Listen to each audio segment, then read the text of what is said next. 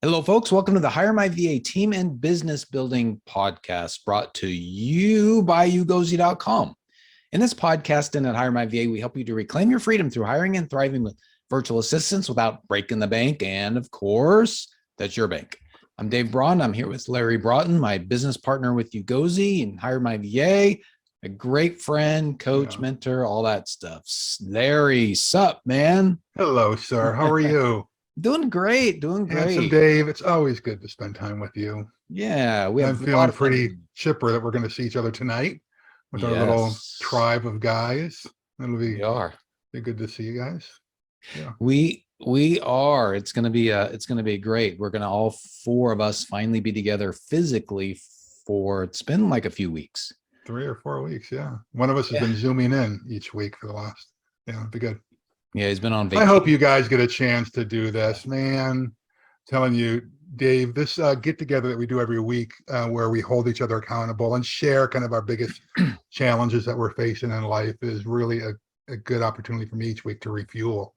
And so try to encourage everybody that I know to be able to do this because, if you're a business owner, you don't always have someone that you can confide in, or if you're just going through life's, journey, battles, whatever it is, boy, it sure is nice to be able to talk to someone that might not be your significant other or might not be your whatever. It's nice to have a group, twice during our little get together, we remind each other that everything that we talk about there is held in strictest confidence, right? That's just what we do, folks, because we just encourage each other. This is an opportunity to be real and raw. And if you don't have a group like that in your life, I encourage you to find one or create one. Why not just create one? That's what we did. Yeah. And it can be 1, 2, 3, or no, well, it's got to be more than one, but start out with 2. Right? Yeah. Okay. All right, let's dive into this, mister. It's good to see you, my friend. Yeah, you too. Thanks for doing this. Too. Well, we've got a really good question. Okay. And, really, I think this question and the subject matters, we're going to, I think, divide it up into about 3 parts. Okay. It could be 4, depending upon how we go and what other questions we get. Okay. And of course, as we do these podcasts, some of these questions we can do quickly, or it makes sense to just do it in one episode. But I think this subject matter makes sense to break it up a little bit. Okay. I'm intrigued. All right. What is it?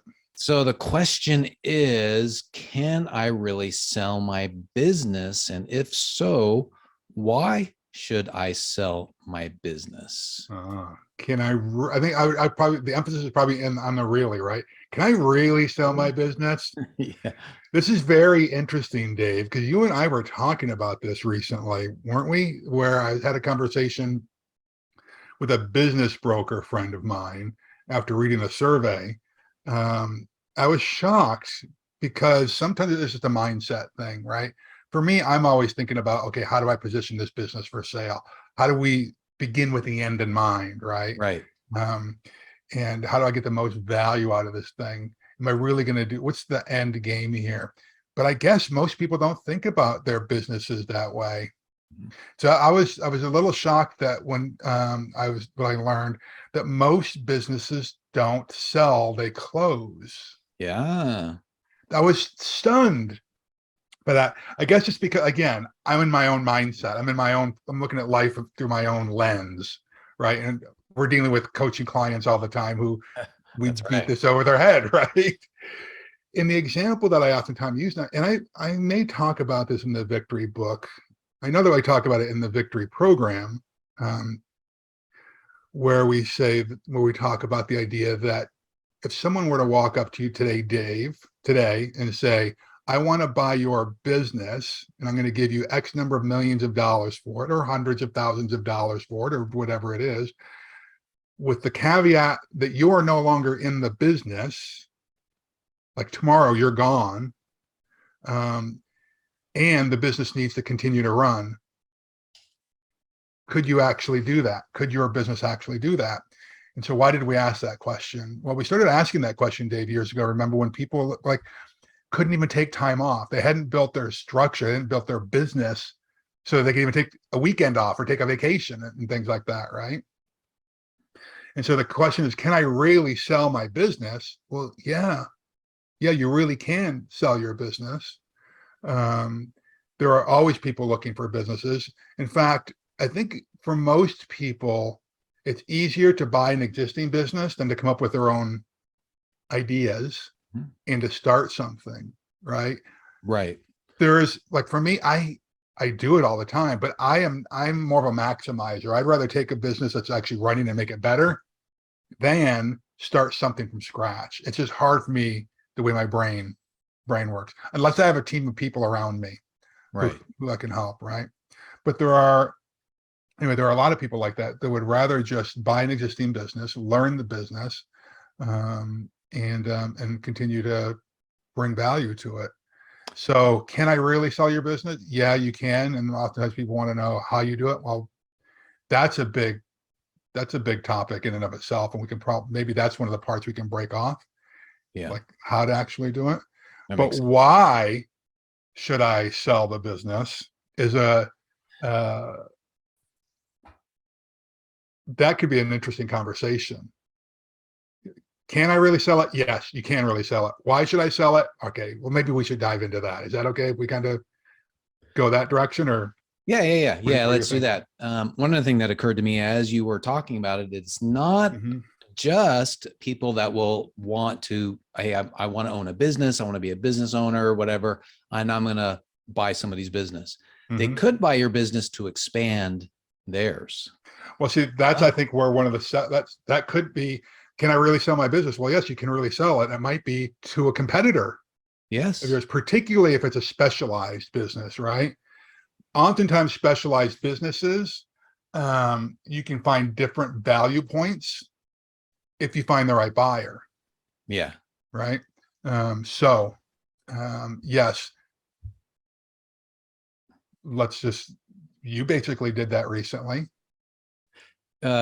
Yeah, actually, You bought a book of business. in a way, yeah, we did. I mean, in a way, you did. That's what you did. Yeah, we did. And if we hadn't had certain things in place, like thinking ahead about wanting to sell someday, then it would have been a lot more difficult, or we would not have been as appealing at all to Yeah, the other business, yeah, to do this. So yeah. yeah. So So yeah, let's jump into it, Larry. yeah. Like some of the So, whys behind it. well, some of the whys might be that you've busted your tail for all these years, and if you just change your mindset, that instead of let me back up for a second. Oftentimes, people don't even consider themselves a business owner. They just say, "I'm a plumber," or "I've got this business," or "I've got that," but I'm not really a business owner, because what they see is that they've been trading time for money. What, that hit a button? Well, yeah, because you were talking about a plumber is the guy who's done a lot of plumbing work for us. He doesn't realize the value of some of the assets of his business. He's not positioning himself to There sell you it go. because, like you talked about a plumber, why you would want to sell your business. Well, one of the reasons would be you can't physically do it anymore. Yeah, that's right. That's right. Yeah. So that's one of the reasons why, right? But also it's a reward. You've Yeah. been putting all these years into it, and what oftentimes people don't recognize, Dave, is that there's actual value there. There's value in the systems that they've developed and how they do things. There's the relationships that they've had. There's the client list. There's the Yeah. reputation. There's real money there. And so instead of just saying, hey, at the end of the day, I'm going to stop taking a check from my business, I'm just going to close the doors. The why is, well, because you may be leaving a couple $100,000 or $1 million or a couple $1 million out there in the ethers, that someone else would be glad to take that over and be an apprentice of yours for X number of months, just That's as right. an example, Yeah. right? And they take over the business for you. And there's all kinds of ways that you can you can capitalize on that, Dave. They can pay you money right out the gate. They can give you zero money out of the gate, but they pay you over time. All kinds of ways to do that. And business brokers can help structure that. Yeah. But that's a why, right? A reward, for instance, for Yeah. all that sacrifice you've had over the years.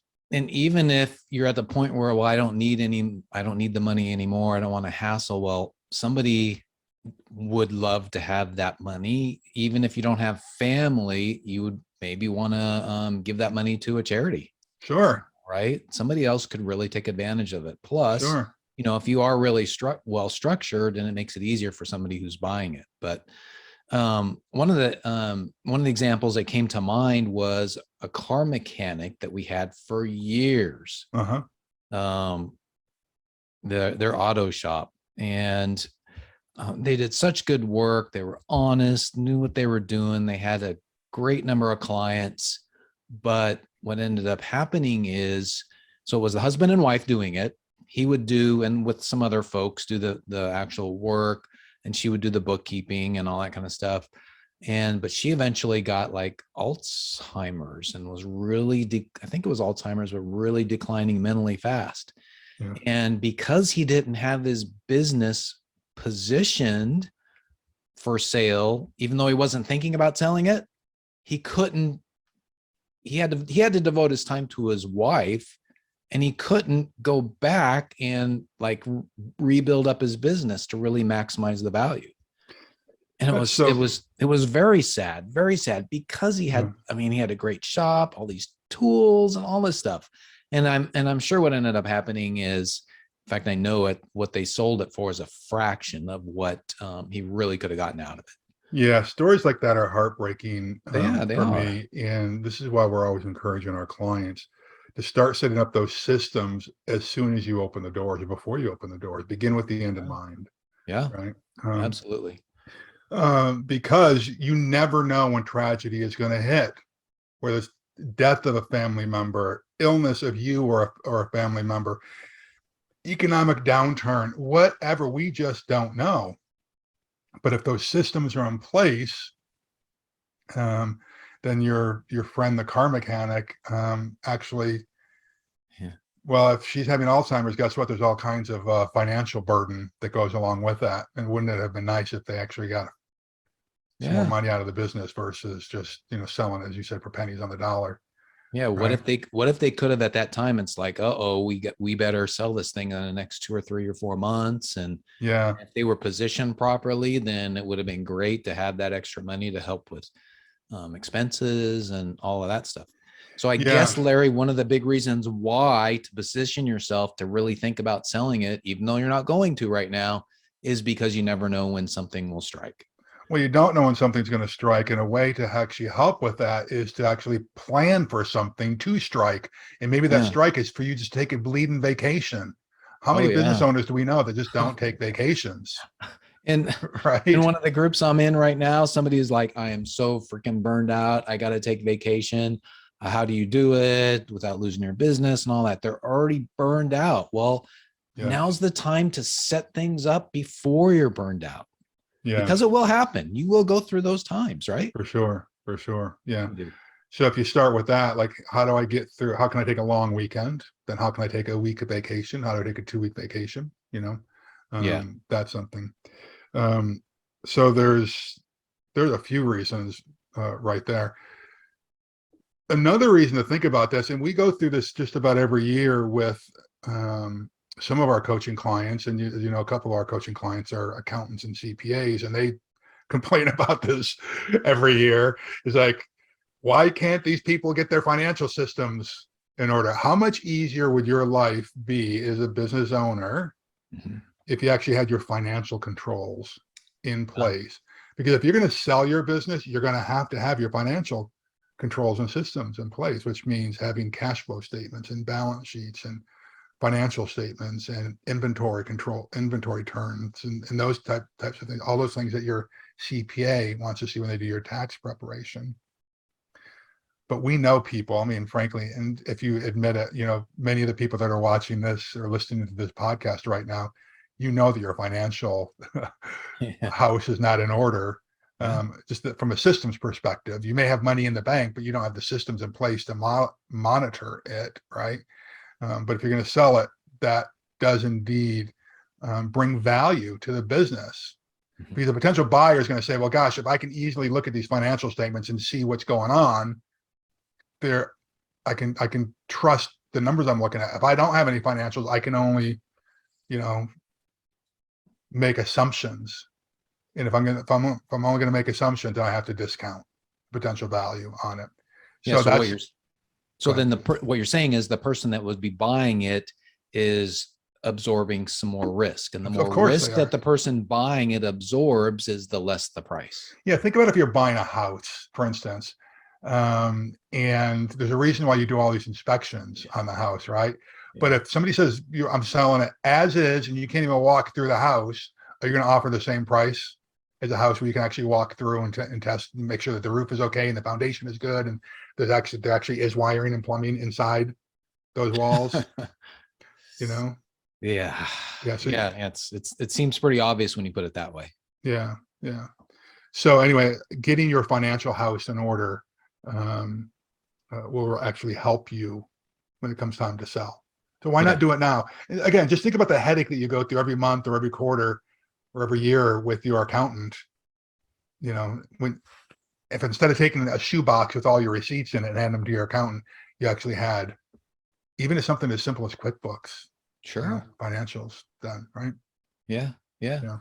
And the advantage of getting your financial systems in order, obviously it's going to make your company more valuable for the future, but it's going to make it more valuable now because you're going to be recognizing places where you're bleeding money, Yeah. as well as opportunities for future Good. revenue. Great point. Right. Great point. Yeah. Right. So setting yourself up now just makes so much sense for like what we talked about, vacations, Mhm. for an emergency that may come up, Sure. for maximizing the value of what you've got now, which is going to help you even more now.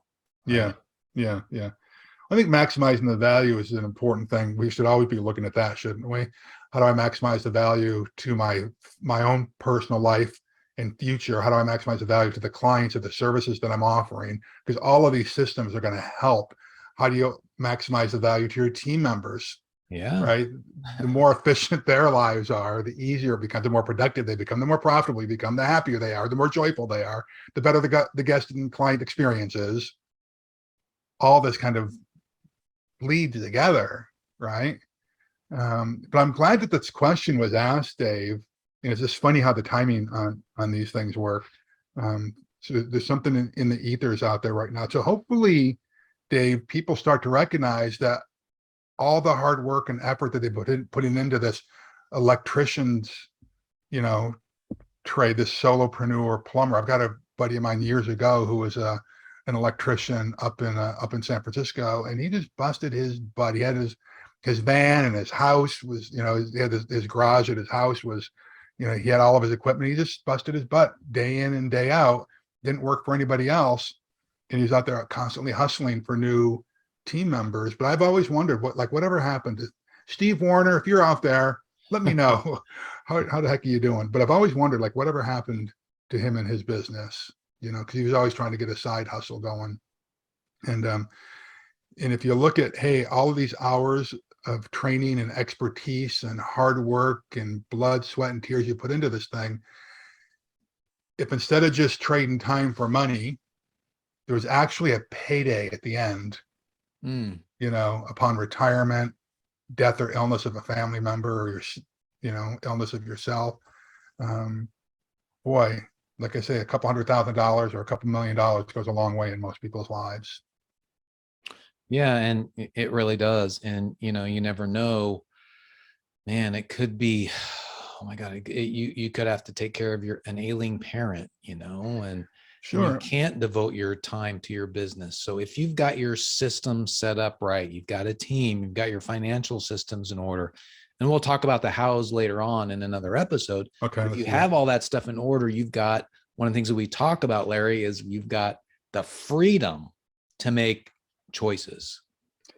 Well, that's the key here, right? We're trying to Yeah. help people find more freedom. That's right. Yeah. Right. And by selling your business, yes, you can sell. I can't think of a business, literally, I cannot think of a business where you can't sell it for something. Even if you may not get any money down, but there's a couple of ways you can negotiate. You can negotiate price, you can negotiate terms. I'd rather negotiate the terms and the price any day of the week, right? And we can talk about that on another podcast, I suppose, someday, right? But even if your business is not profitable, there is very likely some kind of assets that your business has, even if those assets are past clients. Yes, right? absolutely. Yes. There are a lot of ways to look at value.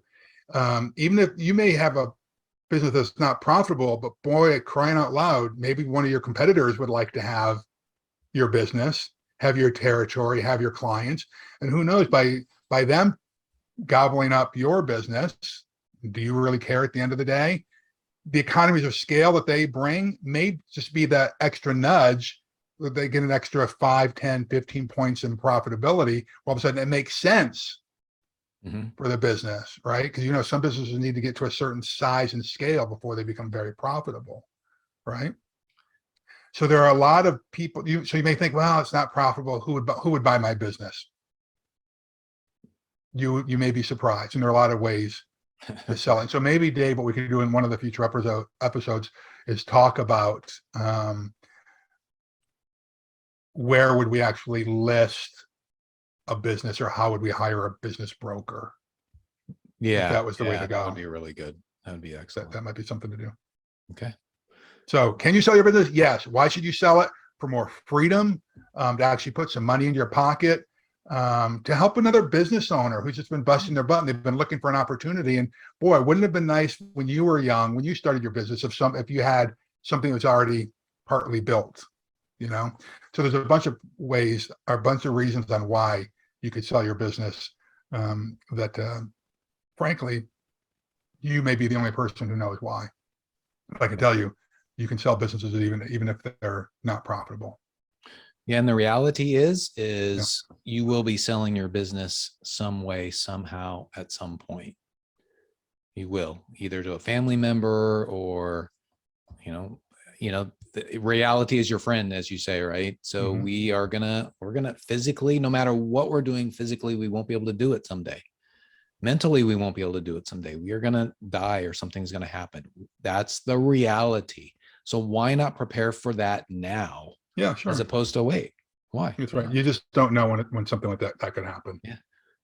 Yeah. Well, I don't want to end the episode on that dour note, but there's so many advantages. It could bring freedom. So, yes, it can absolutely bring freedom. You and I have seen plenty of people who have sold their businesses, right, on an upswing, and they were able to do it because they had prepared for the eventual sale of it, right? And frankly, let's be honest, there may be times where you try to prepare the business for sale, and that right buyer is not there. And so you have to hang in there a little bit longer. Then mystically, magically, the right buyer comes along, right? But had you not been prepared, you will never be prepared. Yeah. So good way to close up. Okay. All right. Well, thank you, everybody, for being with us. And remember, building a team is the way to reclaim your freedom, as we talked about in this episode, how important freedom is with your business. And of course, we're here to help you with our course and community and our white glove service, where we find a rockstar VA for you. So 3 things we'd love for you to do right now, and we'd really appreciate it. Number 1, subscribe to this podcast if you haven't already done so, either on your iPhone or your Android phone, and on YouTube, hit the subscribe button. And then number 2, give us a rating. We'd love to have a 5-star, but rate us what you can. And give us a comment, especially on YouTube. Hey, I learned something, or I have an additional question, or this point really made sense to me. Just put a comment in there, because it will help you get the word out. It helps us with the YouTube algorithms. You know, when they see engagement, that's what they want. And so we can reach more people. And number 3, just go to HireMyVA.com for more information on our course and community, our white glove service. And of course, we have a free checklist to learn what you need to do to properly prepare for, hire, and thrive with a virtual assistant. And remember, even without experience, you'll learn how to prepare for, hire, and thrive with virtual assistants with us. So Larry, we're helping folks as we speak, and we've helped a lot, and we want to help even more. So guys, just go to HireMyVA.com for more information. All right, my friends, do yourself a favor, do the world a favor, go do something significant today. God bless you, God keep you, and God hold you. We'll see you again next time. Bye, everybody.